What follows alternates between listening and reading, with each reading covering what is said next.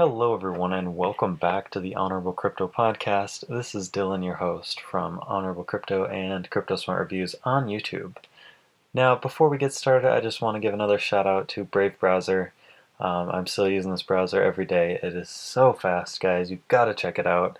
I'll leave a link in the description to that. I do get a minor referral fee, but to be honest, it's completely free for you. And it's the fastest browser I've ever used. It comes with a built-in ad block, built-in tracker block, and a built-in HTTPS everywhere. So why don't you download that and make honorablecrypto.com your bookmark. Alright, whether you do that or not, that's not what we're here to talk about. We are here to talk about the different types of cryptocurrencies. So stay tuned for this episode. Alright, so cryptocurrency is huge. This past year has been insane for the field of cryptocurrency, and with a growing industry it comes an incredible number of innovative new projects. In this post we're going to go through some of the different types of cryptocurrencies. So I'm glad you're here hanging out. You're in store for a good video today. So the first type I'm going to talk about is the currencies. So the currencies are going to be what are used for transactions. So these are what Bitcoin was meant to be in the beginning of Satoshi's vision, and they're trying to change the way money works, and what we use for money is what they're trying to change. They don't want any fiat anymore. They want that currency to be used, that cryptocurrency. So inside of the currencies, there are a few different purposes employed, breaking the group into a couple subgroups. You've probably heard of a lot of these, and some of them could be their own groups. I just kind of lump them all together because they all serve the same purpose with a little bit different take on it. So these subgroups that I've put in this post, which I'll also link to this post in the description, the subgroups are privacy coins, store of value coins, and true currencies. So the privacy coins, now you've probably heard of these guys. These are incredibly important to the field of cryptocurrency. Honestly, I'm a big fan of privacy coins. I don't actually own very many, but I should think about it. Privacy coins are centered around the idea that transactions should be private. So when a sender and receiver decide to go through the process of making a transaction with cryptocurrency, typically both their wallet addresses and a lot of details about their transaction are made public. Based on this, anyone can check this transaction out. It's on the public ledger, With Bitcoin, it's literally verified by proof of work, put on the public ledger. So you can check out these wallets, you can see how much money's in them, you can see how much they're sending and when they're sending it. If you are offering to pay someone with cryptocurrency and you're in a sketchy part of Detroit or some sketchy place, then that person that you're offering to pay will know how much money you have. So that's a little bit sketchy. So that's what privacy coins are trying to prevent. So a private transaction makes it so that no one can see the amount, no one can see the amount in either wallet, no one can see the time transactions are sent, and any other details about the transaction. Most of them are going to be private. So the wallet address is completely private, the amount of cryptocurrency, as I said, is private, and many of the... So some of these major privacy coins are going to be Monero, Dash, Bitcoin Private, Verge. Some people don't consider it a privacy coin. They're trying to do stuff with privacy, so I just lumped them in here. ZCash, Pivx, and ZClassic, as well as I don't think, is ZCash even a real thing? I think I said that wrong. Oops. No, it's ZCash. What am I saying? Alright, guys. Well, obviously Dylan doesn't know anything. Alright, so those are the common privacy coins. These are a huge group of cryptocurrency, and they're going to remain a fixture in a lot of people's portfolios for the long haul. So next up in the currencies is the store of value coins. So a store of value in economics is something that keeps its value over a long period of time. So some of the more common non-crypto related stores of value are like gold and precious metals. And then you have stuff like agricultural land that is a good store of value because over a long amount of time, it's not going to lose nearly as much as the US dollar is going to. So some of the worst, as I talked about, are like fiat money and something like Beanie Babies. Those are terrible stores of value. Yes, that's right. Fiat money and Beanie. John Oliver, come at me. Because he said that Bitcoin and cryptocurrencies are like Beanie Babies. But I'd argue that fiat money fiat money is a lot like Beanie Babies. That's just my take on it. And, well, it might be extreme to say fiat money and Beanie Babies are similar in value. It's really not that extreme of a statement. There was 10% loss in the US dollar last year, according to CNN. If you had, let's say, 50K in a bank account starting in January of 2017, it'd be worth less than $45,000 right now.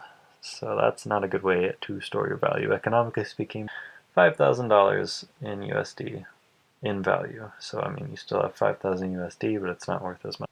So where does cryptocurrency come into all of this? Well, inflation is what kills money's value, and what inflation is more money being printed than is being destroyed. So in the United States, the inflation rate isn't terrible. It lost 10% last year, but that's over a year's worth of time. That's not the worst inflation rate in the world. That would go to Venezuela, where literally 50% each month, I believe, is their inflation rate. So having $1 right now, 1 month later, that'd be worth less than 50 cents. Kind of scary to think about. So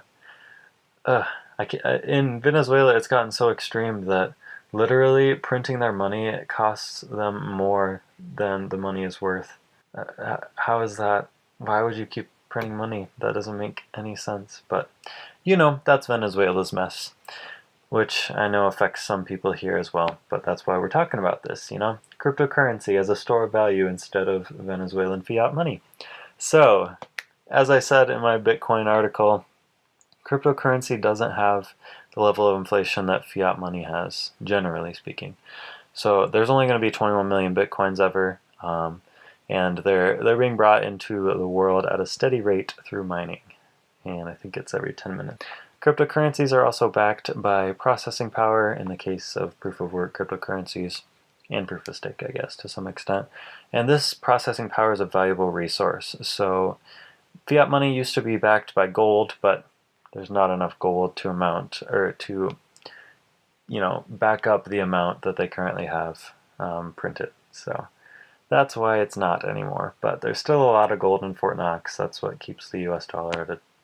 Cryptocurrencies are stores of value, are ones that have like name value tied to the term cryptocurrency. So, when you think of cryptocurrency, the ones with name value are going to be Bitcoin and Ethereum.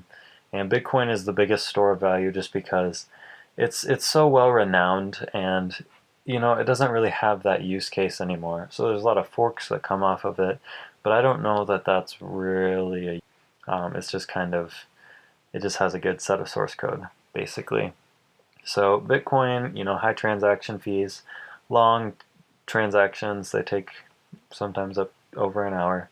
So there's no real use case for Bitcoin, but the fact that its name value is so high and that everything in the market moves with it makes it a good store of value, because if you own Bitcoin, you kind of have shares in all of cryptocurrency. And I know that sounds kind of crazy, but if you look at the overall trends of Bitcoin and everything else, it pretty much moves with everything else. So I would say everything else moves with it would be a better statement. So Bitcoin is a huge store of value, and then the other one I would say is also Ethereum. And while there's definitely a use case for Ethereum, which is, building the decentralized apps through smart contracts, which we'll get into in a minute, that's still going to be a store of value to me just because that name value is there.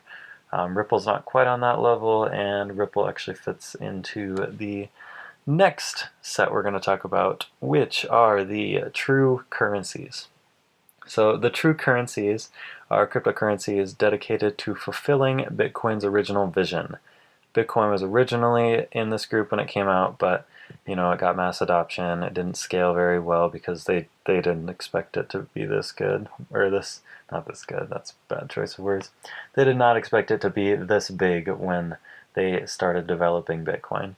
So they didn't really have it set up to scale, to $10,000, up to 20 even.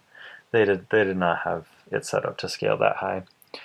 So this makes it kind of lose its status as a true currency. You want a true currency to be a lot faster than that, and you be able to actually buy stuff with it, which Bitcoin you can in a lot of marketplaces, but it takes forever. So I wouldn't call it a true currency. So true currencies are centered around scalability, so like number of transactions per second. That transaction speed, where we said, Bitcoin's is above an hour. Some cryptocurrencies have extremely fast transaction speed. Some are seconds, few seconds for some. Reliability of transactions, low transaction fees. So those are what we're looking at with true cryptocurrencies. And some of the major ones that come to mind are Ripple, so XRP, and then Bitcoin Cash is kind of the currency form of Bitcoin. I know there's a huge debate based on which is the real Bitcoin, and I'm not going to get into that. But Bitcoin Cash works a lot better as a currency than Bitcoin does. There's Nano, or Ryblox as it was formerly called in their white paper. And then there's also Iota. So there are tons of cryptocurrencies out there fitting this criteria. There's thousands of cryptocurrencies on CoinMarketCap, and a lot of those are developed to be actual currency. So there's tons that could fit into here, but these are 4 big ones that come to mind. Next up, we have the blockchains. So we've already talked about Bitcoin and Ethereum as stores of value, but they also kind of brought us these blockchains, and we have a lot of newer projects that are working on blockchains to improve the current blockchain system. So something that generally goes hand in hand with cryptocurrency is blockchain technology. And that's because blockchains are crucial to what cryptocurrencies are used for. They need a blockchain of some sort for their transactions and many coins for their use case. Though not very difficult, or not very different in terms of coding, there are a couple different types of blockchains too, and they are more different in their purposes. So the first type of blockchain we're going to talk about is the one Bitcoin uses, and then we'll talk about the one Ethereum uses, and these are just examples of different blockchains. There's different blockchains out there, so we're just going to use these 2 as examples. So Bitcoin's blockchain. So as you probably know if you're watching this video, Bitcoin was the original blockchain for cryptocurrency. Their blockchain is the source code that has been used by a large amount of forks and many independent blockchain currencies like Litecoin, those types. So Bitcoin's code is centered around decentralization of money and mining proof-of-work algorithms to secure a network. The Bitcoin blockchain is a work of art. Being the first of its kind, it's huge. It was worked on by a group of individuals which either called themselves Satoshi Nakamoto, or it included Satoshi Nakamoto with a couple other individuals. And Bitcoin's blockchain has 10-minute block generation time and 1 megabyte block size limit. So that block size limit is what's heated, what generally gets brought up in the Bitcoin versus Bitcoin Cash debate. So we're not going to talk much about that right now. Forks off of Bitcoin are typically designed for the purposes of mining and or currency. It is possible to build decentralized applications and smart contracts on Bitcoin, but it's rarely, if ever, used for that purpose, just because Ethereum is so much better for that, and other ones like Ethereum. So Ethereum's blockchain, they have a different take on what blockchain should be used for. Well, Bitcoin accomplishes what it wants to do at an incredible level of efficiency with their blockchain. There's just more for Bitcoin, or for blockchain technology out there. And the idea that blockchain should be built for more than just transactions and mining is what Ethereum is centered around. Ethereum uses the original idea of blockchain technology to build new decentralized applications that are built on smart contracts. The decentralized applications are essentially just a tech startup. So anybody can go out, learn Solidity. I mean, I won't personally do that, but anybody could learn Solidity, which is the coding language for Ethereum. It would take a minute for me to learn that, but I could. And then they can build these decentralized applications on smart contracts, essentially being able to start a tech startup that's funded with an ICO.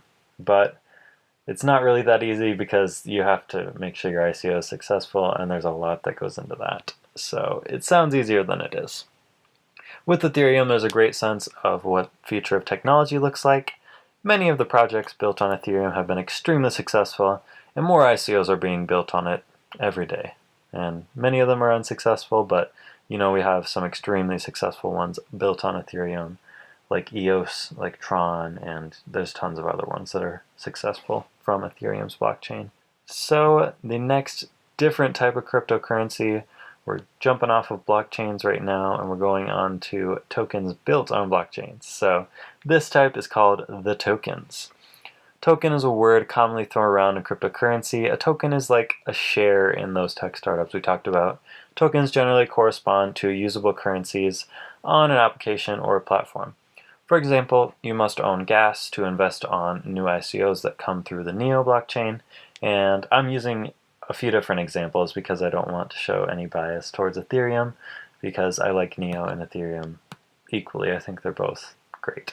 So you can get gas either by buying it straight up or owning Neo and being rewarded with it through dividends.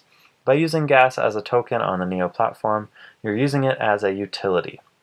So utility tokens are a little bit different from another type called security tokens, and utility tokens are used on platforms. So you can think of them as the currency you'll use on an application.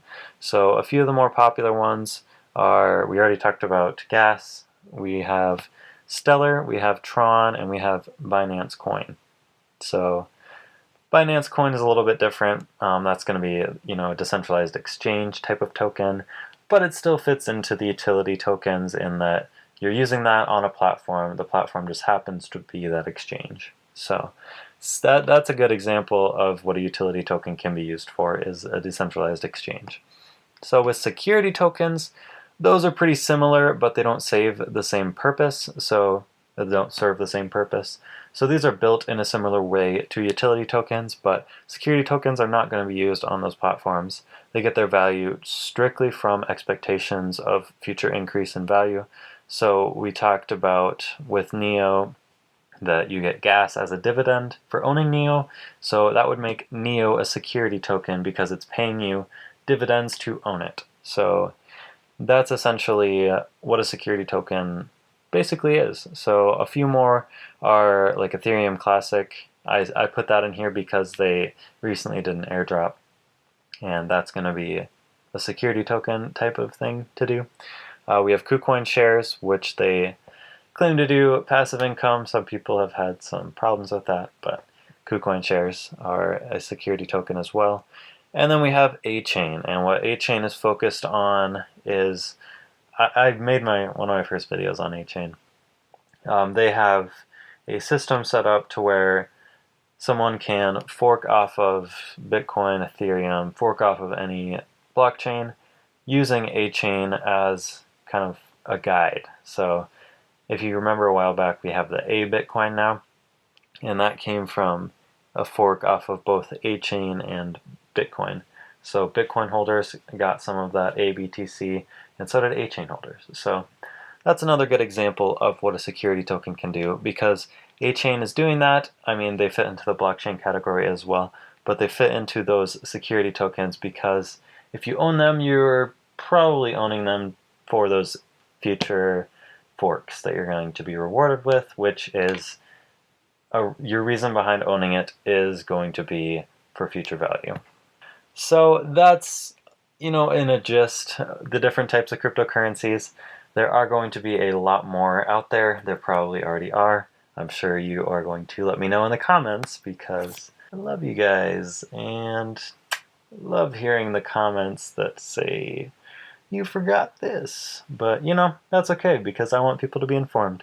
So let me know in the comments what I forgot. And thank you guys again for joining us on this episode of the podcast. And please do subscribe to our YouTube channel at Crypto Smart Reviews.